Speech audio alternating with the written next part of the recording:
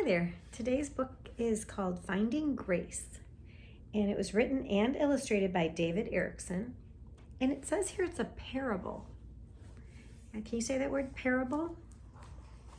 A parable means it's a story that is going to have a lesson or instructs you on something, maybe some values that are important. So we can try to figure out what the parable might be as we're reading it. The first page. And Jesus spoke a lot about when he'd tell stories, he would tell parables too. And you can look in the Bible and try to find a parable. Luke 15:4, it says, suppose one of you has 100 sheep and loses one. You can think about that. If you had 100 sheep and you lost one, what would you do?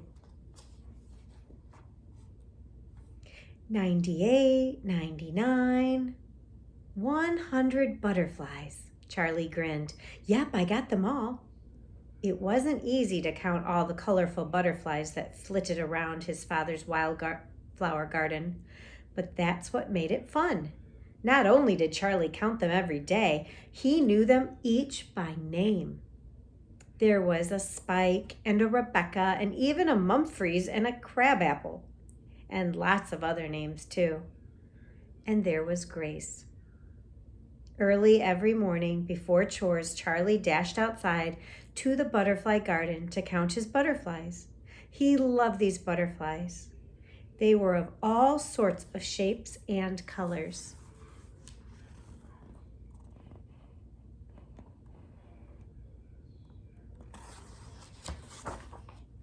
Late one morning, while all the butterflies were playing a big game of tag, Charlie and his father both stood atop a high hill.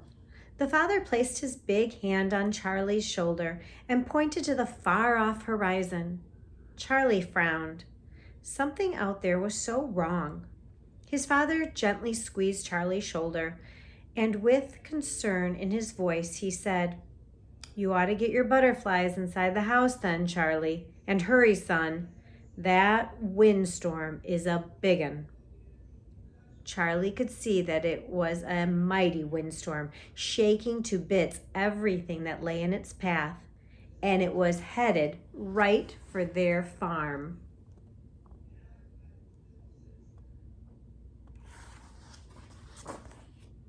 Wasting no time, Charlie called his butterflies together and began to lead a long, colorful line of fluttering wings up his front walk and straight into his house.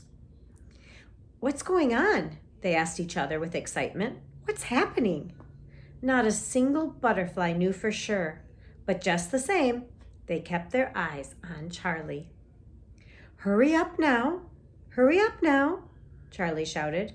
He knew he sounded cross, but the wind was growing and the trees were swaying, and Charlie was very upset.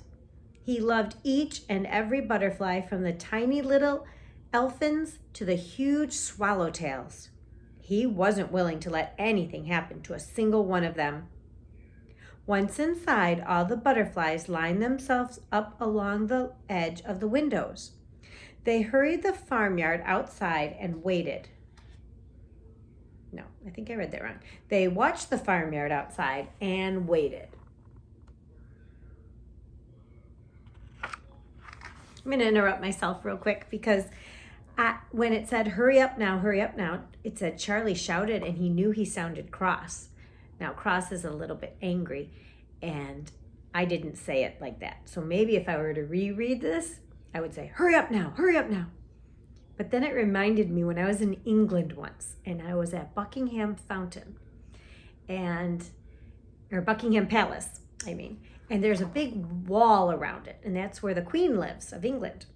And there were kids climbing up on the wall, and the policeman came by and told them to get down. But when they did, they said it very nice and kind. They're like, hello, hello. Come on down now, hello. And they did not sound angry at all. But they were being very firm and they wanted them down. So anyway, sorry for the interruption. In the next instant, it looked as if every fan ever made had been turned on high. The awesome, terrible wind washed over the farmland like a tidal wave of air. It bent trees as if they were rubber and pushed on the house until it groaned and creaked. Inside, no one said a word. They just watched with wide-eyed wonder. Then suddenly the butterflies at the kitchen window began to shriek with fear. There, being swept away by a mighty gust, was their friend Grace. She was outside in this horrible storm. Charlie shot out the door. Oh no, oh no! The wind had already grabbed Grace and thrown her high above the farm, higher than she'd ever been before. But not for long. Whoosh! She was thrown back down to the earth. She continued to fly bravely, racing just inches above the grass, searching for a place to hide. But she was no match for the strength of the wind. She was dragged into and out of prickly bushes. She was thrown against the brick chimney and even smacked into the living room window. Whap! The butterflies in the living room watched in horror.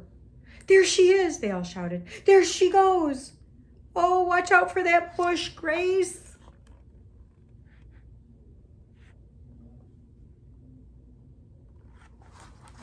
It's a terrible windstorm. Where are you, Grace? Shouted Charlie in a dizzy panic. Where are you? He searched the garden, along the fence, and around the house. He searched the barn and the silo. He looked in the trees and in the bushes. And the whole while, the roaring windstorm threw dust and dirt into his eyes and up his nose. Inside the house, the butterflies were in a frenzy. They flew wildly about, colliding into each other again and again. They zipped from window to window, hoping to catch a glimpse of their lost friend.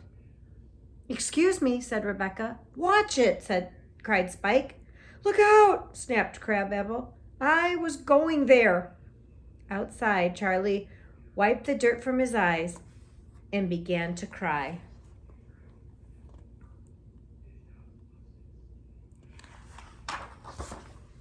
Swoosh! The howling wind swooped up Grace and whipped her into the pig shed.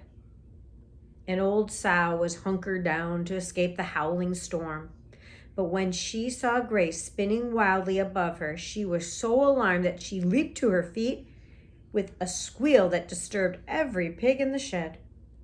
Panicked pigs jumped to their feet, oinking and snorting and squealing and plowing into each other. Poor Grace. All she could do was grab the snout of a bucking boar and ride him like a rodeo cowboy. But the bucking boar burst past the frantic pigs and through the open sty and back outside, back into the wind, and swoosh! Grace was back in the air. But this time Charlie saw her. I see you, Grace, he cried. I see you. No sooner were the words out of his mouth than a big gust of wind blew a fistful of dirt smack into Charlie's face. Yuck. He fell to his knees, rubbing his eyes. Meanwhile, Grace was swept far away by the wind, even beyond the cornfield.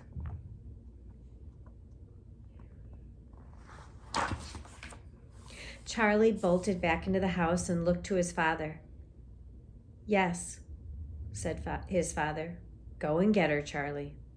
So Charlie bolted back out the door and headed in the direction that the wind had taken her. He didn't even slow down when he met up with a creek. In he went up to his belly button, and ooh, was it chilly. It took his breath away, but he kept going. The wind whipped up stinging sprays of water, smacking them right into his face. Then splash! The bottom of the creek dropped away, and Charlie went completely under. He took a big breath and swam for the other side. He climbed out on the other bank and paused. He shook enough of the creek from his overalls to water half the cornfield that lay before him. He stared at the rows and rows of corn. The field seemed to stretch on forever, both to his left and to his right. Charlie plunged into the first row and ran a few feet, then stopped and jumped as high as he could. With his head above the leaves and stringy corn tassels, he scanned the field for Grace's little red wings. At first he saw nothing, so he ran some more and he jumped again, running and jumping. All the way down the row he went, a running and a jumping. He went to the next row and did the same thing again and again and again. 72 rows. But Grace was nowhere in that field. The wind must have carried her even farther away. Who knew how far? It was getting late in the day by then. Charlie wondered if he ought to give up. What do you think? Should he give up or should he keep looking? Inside his head, Charlie heard a little voice say, "What's one little butterfly anyway? After all, you still have 99 back home. Why don't you give up?" Charlie thought about his little Grace and how he loved her. She was much more important than just one little butterfly. So Charlie said a little prayer, took a deep breath, and began to make his way up the tall hill in front of him.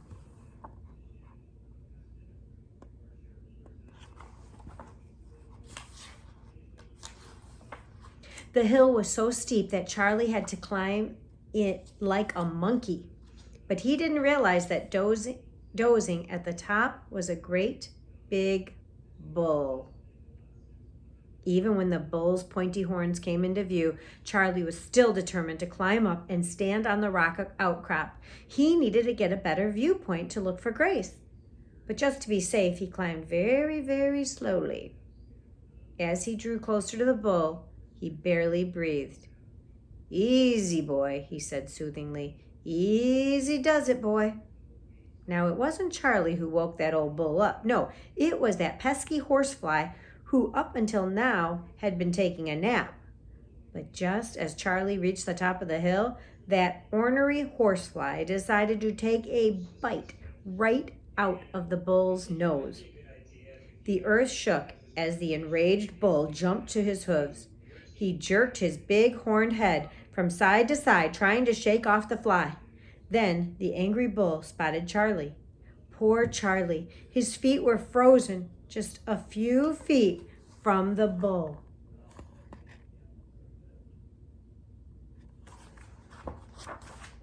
Before he could even blink, Charlie fell flat on his back, trapped beneath the bull's big boulder of a head.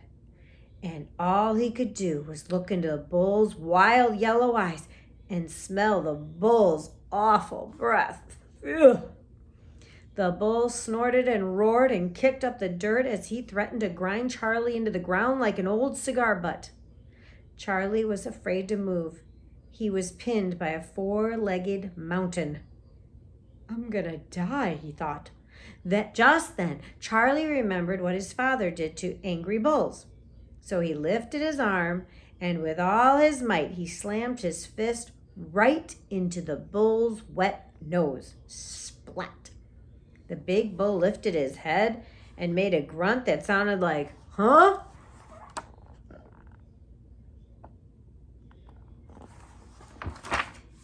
But the stubborn bull didn't move, so Charlie smacked his nose again. Kerplap! This time, the ground rumbled as the bull jumped up and made a noise that sounded like yow. The puzzled bull stood a few yards off and sulked, his tail swishing back and forth at the horsefly that had returned to torment him. Now, Charlie's tummy was tied in knots, and to make matters worse, the day's shadow were growing very long. Time was running out. He searched the horizon, but he did not see a set of red wings anywhere. "Where are you?" he shouted. The bull gave him a strange look. Night would come, and then it would be too late to find her. Do you remember who he's looking for? Can you remember the butterfly's name? Grace. That's right. Before long, the sun touched the horizon. The windstorm had softened to a breeze, but poor Grace was nowhere in sight. Ahead of Charlie lay the thick, dark woods. These woods were his last chance to find her. Who knew what terrible things might befall her in the dark of night? She must be so tired and so lonely. He simply had to find her. As Charlie went deeper into the woods, sharp twigs and prickly branches reached out at him, scratching his arms and face. When a twig jabbed him in the eye, he cried out, "Ow, that's smart!" Then he continued to walk, covering his sore eye with his hand. Suddenly, Charlie realized that in the dimly lit woods, Grace could easily be mistaken for a dead leaf. And he sure didn't want to step on her. So with each step, he lifted his foot high and then carefully looked before he planted it safely on the ground. He knew he looked silly, but he would rather walk funny than step on dear little Grace.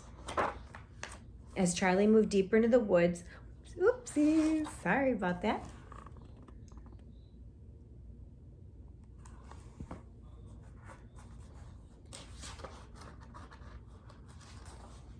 As Charlie moved deeper into the woods, the darkness began to close in around him like a winter overcoat. He had scratches on top of scratches, and his skin now itched something fierce. He must have brushed against some sort of bad weed. Finally, the woods were so tangled that Charlie could go no further. He turned his face to the left and was scratched by a briar branch. He looked straight up and was poked by a twig. He looked to the right, and a sticky spider's web covered his whole head.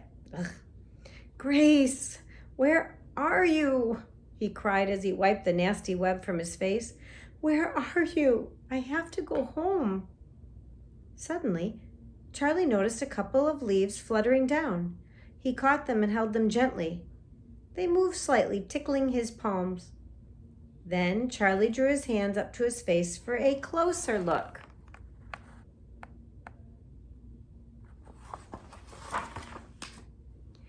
They were not leaves at all. They were butterfly wings. It was Grace. "It's you!" Charlie cried with joy. She looked so tired, but at last he had Grace safe in his hands. Their time of fright was over. Charlie had found her. He watched Grace snuggle up in the palms of his hands, yawn, and fall asleep. Charlie was bursting with happiness. Joy filled him from head to toe. "I found you! I found you! I found you!" he sang at the top of his lungs. His voice echoed throughout the woods. It shook the branches and rustled the leaves. The squirrels began to chatter. The birds chirped and squawked. And soon the whole woods became one big, noisy riot.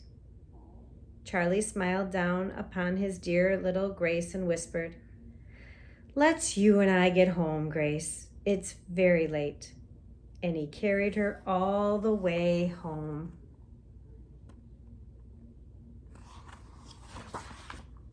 Back home, all the butterflies leaped into the air for joy when Charlie carried Grace into the house.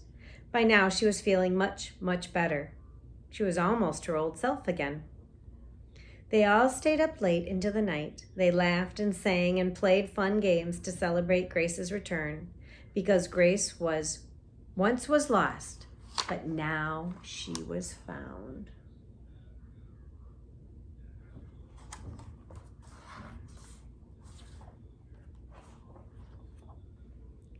And the last page says, Psalm 18:19, "The Lord rescued me because he delighted in me."